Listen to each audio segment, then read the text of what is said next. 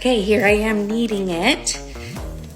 Now, I knead this for about 10 minutes, which I'm not going to sit here and knead the whole time that I'm talking to you people. I shouldn't say you people, because my mom used to say that, but she didn't say it nicely. But I do, because you're all my people. I had some really cool messages sent to me the last little while saying that people are connecting with me, and just by online presence and me being me, people feel like they're connecting, and I love that you send me your stories by DM. I do like that. So thanks for those of you. It took me a while to find these messages. They were in my message requests, so I didn't know I had them. So I apologize that it took me a week to get back to some of you. Anyways, when I shape these bagels, a lot of my bagels turn out funny. Wonky. They turn out a little wonky, as Shrek would say, because they rise so much. And they're so crispy and chewy on the outside, and then, like, especially if you toast them. And then on the inside, they're fluffy and light and flavorful because of the sourdough. So I don't think there's anything better than a sourdough bagel. I really don't. Someone asked me today if I could ship them to Alabama, bagels. But I've never shipped food before, so I wouldn't know how. To make sure that it's fresh for you when they get there. I don't know. There's obviously carriers that ship Bruce the cake, the slice of Bruce from Britain. One day I'll try making that cake. I should get my girlfriend Shauna too. She's buttercream porn, if you've never heard of her, in Edmonton Should Park area. She does cupcakes and cakes, and her Facebook page is called Buttercream Porn. That's my best friend. I should get her to make me Bruce. Anyways, this is why I like doing it by hand, because it's actually a workout. So I've got a good 5 more minutes of doing this, so I'll be back. And while this is resting for an hour, I'm going to be making my hamburger soup. And I'm going to make a chocolate zucchini cake. So I tried to find a chocolate sourdough zucchini cake, but I couldn't find a recipe. Maybe I'll make my own recipe. I don't know.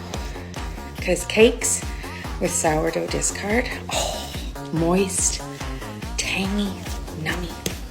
Okay, this dough is looking like it's ready. I'll be back later. Okay, so this dough is ready, so I just placed it in a bowl. It's going to rise for an hour. Remember, this is the sourdough bagels, sourdough discard bagels. And I'll probably make some jalapeno cheddar and everything bagel this time. Might make a couple plain, because I like those with peanut butter and honey. So there you go. This will rest covered on my kitchen table for an hour. Okay, everybody. I made a chocolate zucchini cake as well. And I've never made it before, and I think it overcooked, but who knows?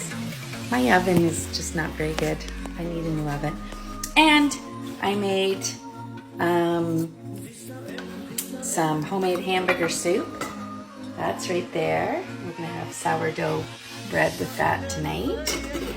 And now I'm going to bake the bagels, but I'm gonna show you how to shape them. Now, I'm not great at this part, but I don't have jalapenos, so I'm going to do cheddar. I'm going to do everything bagel spice, which I have here. And I'm going to do the dehydrated strawberries with white chocolate. and a couple of plain bagels as well. So it's doubled in size, and that took just a little over an hour because it was a little cooler in here today.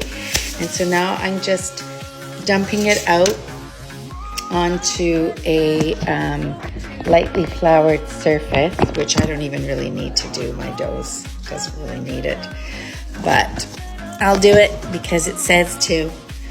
Okay, and then I'm going to dump this out onto the counter and cut it into 8 to 12 pieces and shape it into bagels. Anyhow, so this is how it looks when it comes out. It's a lovely dough. And oh dear, I gotta change it's already coming out. You can't see shit over there. There. It's coming out. Now I help the bagel dough out because I don't like it getting all stretched out. Okay. Scrape out your bowl and get all the leftovers with your handy bench scraper. Actually, this one's the bowl scraper.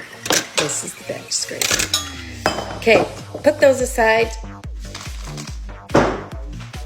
I couldn't do a cooking show because I'm so weird. I'm not organized. But anyways, I just push it out into a circle like this. I've already, by the way, got my water boiling. And I don't have it boiling. I just have it at a nice warm temperature with sugar in it, okay? And I just keep it at a nice hot temp for the bagels to go into after I've got them all shaped. Okay, so I've changed the way I shape my dough. Let's cut this. And because I think this is gonna rise quite a bit, I'm probably gonna cut it into 12 pieces. Because, you know, they're gonna be too big if I do it any other way.